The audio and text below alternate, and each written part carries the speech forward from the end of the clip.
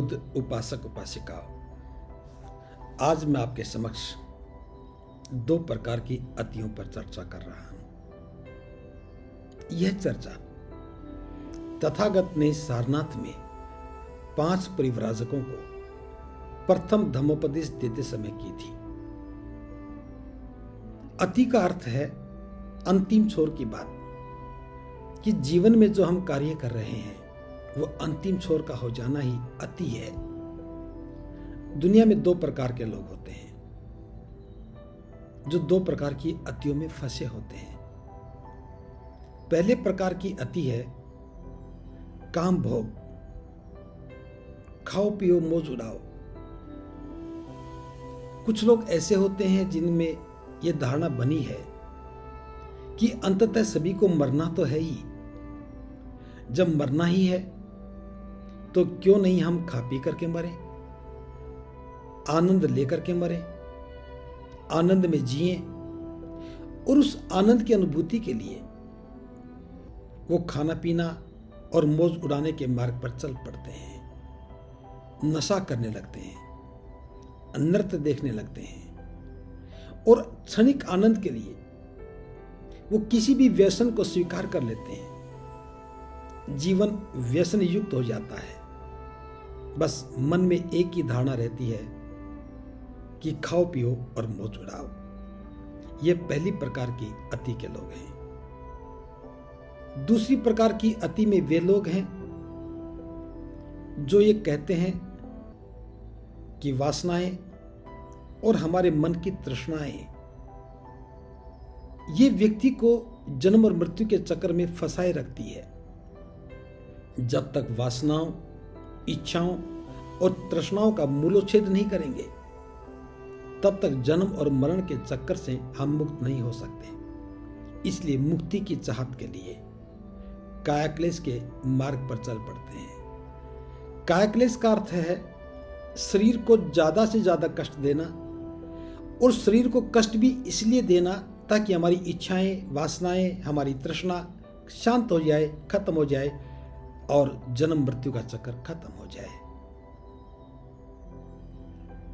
तथागत कहते हैं जब मन में काम भोग की इच्छा बनी रहती है, जब मन में वासनाएं बनी रहती हैं, अलौकिक सुख की कामना रहती है, तो भला कायाक्लेश का मार्ग कैसे मुक्ति पा सकता है, कैसे हमें मुक्त कर सकता है?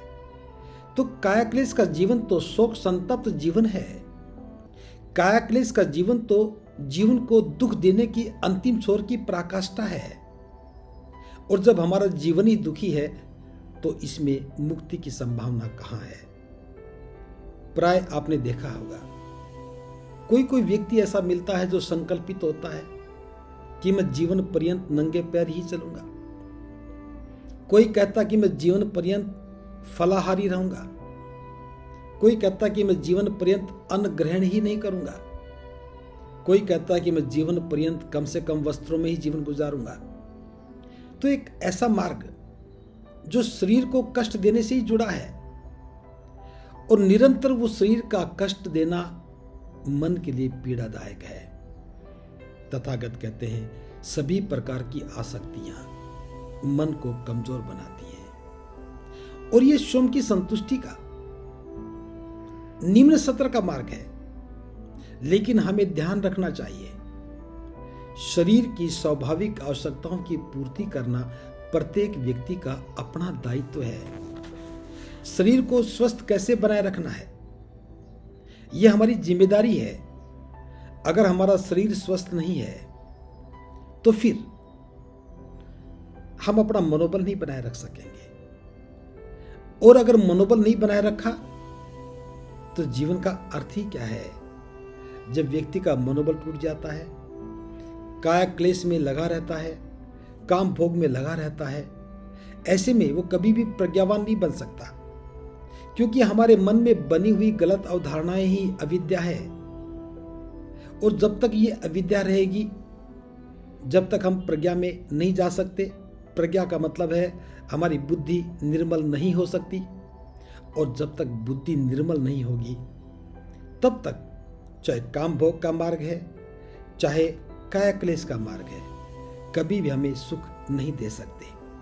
तो ये दोनों प्रकार की अतियां दुखदायी हैं, यह अयोग्य भी हैं और संतुष्टि के लिए ये उपयुक्त मार्ग नहीं है। तो इस पर लिए हमें दोनों प्रकार की अतियों से बचना चाहिए। ना तो खाओ पियो मौज उड़ाने के सिद्धांत पर काम करना चाहिए और ना ही मुक्ति के लिए कायाक्लेश के मार्ग को चुनना चाहिए। इन दोनों प्रकार की अतियों के बीच में जो मार्ग है, जिसे हम मध्यम मार्ग कहते हैं, उसी पर चलने से हमारा कल्याण होगा। अगर ये बात हमारी समझ में आती है तो निश्चित रूप से हम जीवन के अर्थ को समझ सकेंगे, जीवन को सुंदर बना सकेंगे, अपना कल्याण करते हुए और लोगों का भी कल्याण कर सकेंगे। इसलिए व्यक्ति को अपने जीवन में इन दोनों प्रकार की अतियों से बचना चाहिए। इसी से हमारा कल्याण होगा। इसी मंगल भावना के साथ इस वाणी को विराम देता हूँ। भवतु सब मंगल, भवतु सब मंगल, भवतु सब मंगल। सबका भला, सबका